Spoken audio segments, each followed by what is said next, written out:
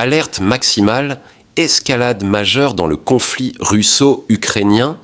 Dans ce qui s'annonce comme un tournant historique du conflit, les forces ukrainiennes ont mené une attaque de grande envergure contre plusieurs bases aériennes russes, situées en profondeur sur le territoire de la Fédération de Russie.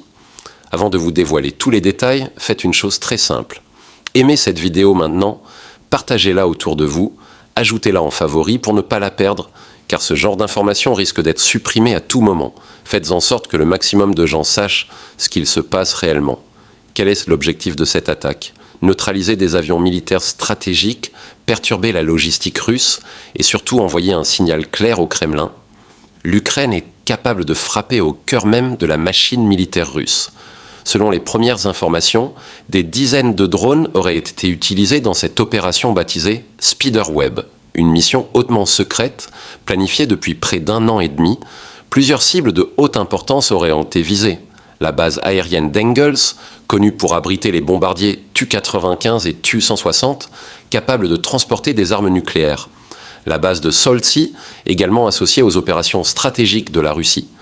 Et d'autres installations dans les régions de Saratov, Koursk, Voronezh, Belgorod et Tambov. Ce qui rend cette opération particulièrement spectaculaire, c'est la méthode utilisée.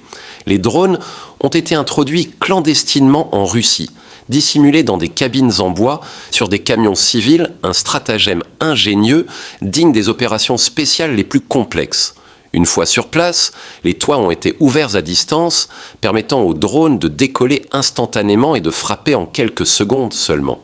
Des images satellites diffusées par des experts open source montrent des traces de cratères d'explosion, des hangars endommagés et ce qui semble être des carcasses calcinées de bombardiers, Tu-22M3 et Tu-95.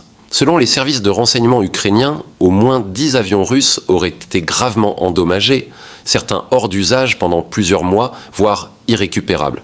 Le ministère russe de la Défense a reconnu l'attaque, mais minimise l'ampleur des dégâts, affirmant que les défenses anti-aériennes ont intercepté la majorité des drones.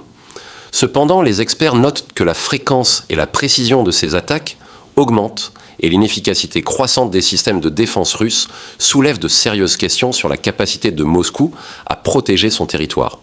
Cette attaque s'inscrit dans une stratégie plus large, épuiser les capacités offensives de la Russie, forcer le Kremlin à redéployer ses défenses sur plusieurs fronts, dissuader Moscou de poursuivre les frappes sur les infrastructures civiles ukrainiennes.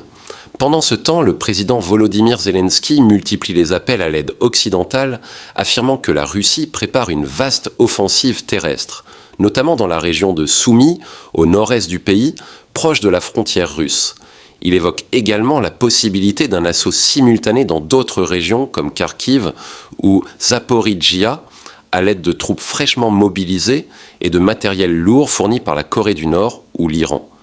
De son côté, le Pentagone a déclaré ne pas avoir été informé à l'avance de cette attaque, tout en réitérant son soutien à l'Ukraine. Mais Washington reste prudent, craignant que des frappes trop agressives à l'intérieur de la Russie n'entraînent une escalade nucléaire ou des représailles dévastatrices. La question maintenant est simple, la Russie va-t-elle riposter et comment? Poutine peut difficilement laisser passer une telle humiliation sans réaction.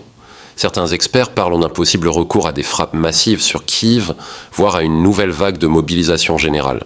D'autres évoquent des représailles cybernétiques ou des frappes contre les convois d'armes occidentales à la frontière polonaise. Mais une chose est sûre, le conflit entre dans une nouvelle phase. Les lignes rouges sont franchies et l'Ukraine prouve qu'elle n'a plus peur de frapper en profondeur. Restez vigilants. Ce qui vient de se passer n'est pas un simple raid, c'est un message, un avertissement et peut-être le prélude d'une escalade majeure. Partagez cette vidéo avant qu'elle ne soit supprimée. Faites tourner l'information, car les médias traditionnels ne vous diront pas tout. Nous entrons dans une phase critique de la guerre.